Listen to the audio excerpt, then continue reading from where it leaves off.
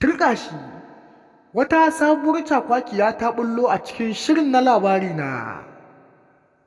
Ku dai ku ƙara gyara zama ku bi mu a ƙarshen bidiyon nan don jin abin da yake faruwa a cikin shirin na labari na. Inda muka ga mai martaba sarkin gabas ya umarci fadawa da a fito zaman fada domin yiwuwar zai faɗi gaskiyar abin da ya faru tsakanin matar Abba da kuma Shamsiyya.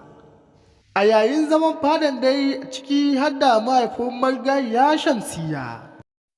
A inda mai martaba sarki ya fara da cewa babu yadda za mu yi tunda Sumayya ita ma ta shigo danginmu, amma ita kuma Shamsiyya 'yanmu ce.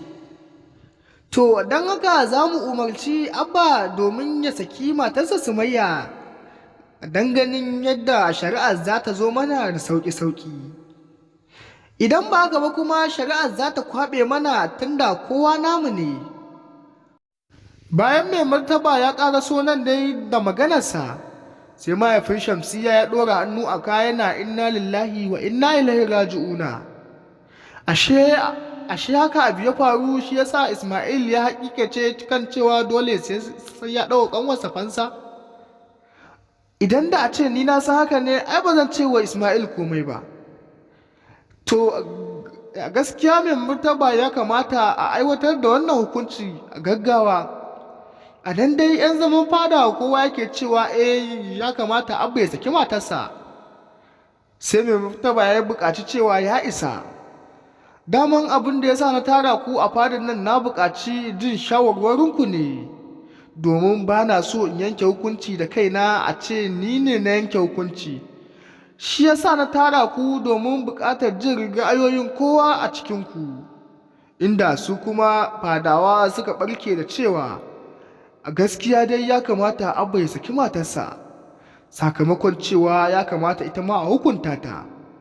Lallai dai Abba ba zai taɓa jin daɗin wannan abun ba. To ku mai saurare ya za ku bayyana mana ra'ayinku game da wannan umarni da mai martaba yake son bawa Abba?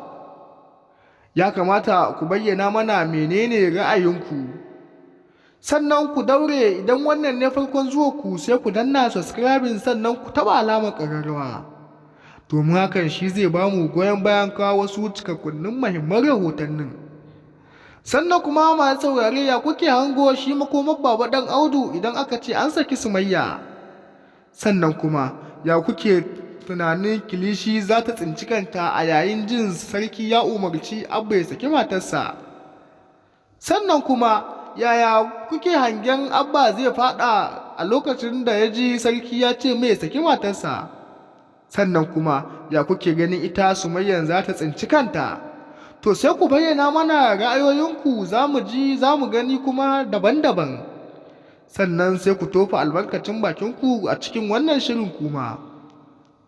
Ku daure ku danna subscribing domin jin muhimman wasu rahotannin namu wanda za mu ɗora nan gaba.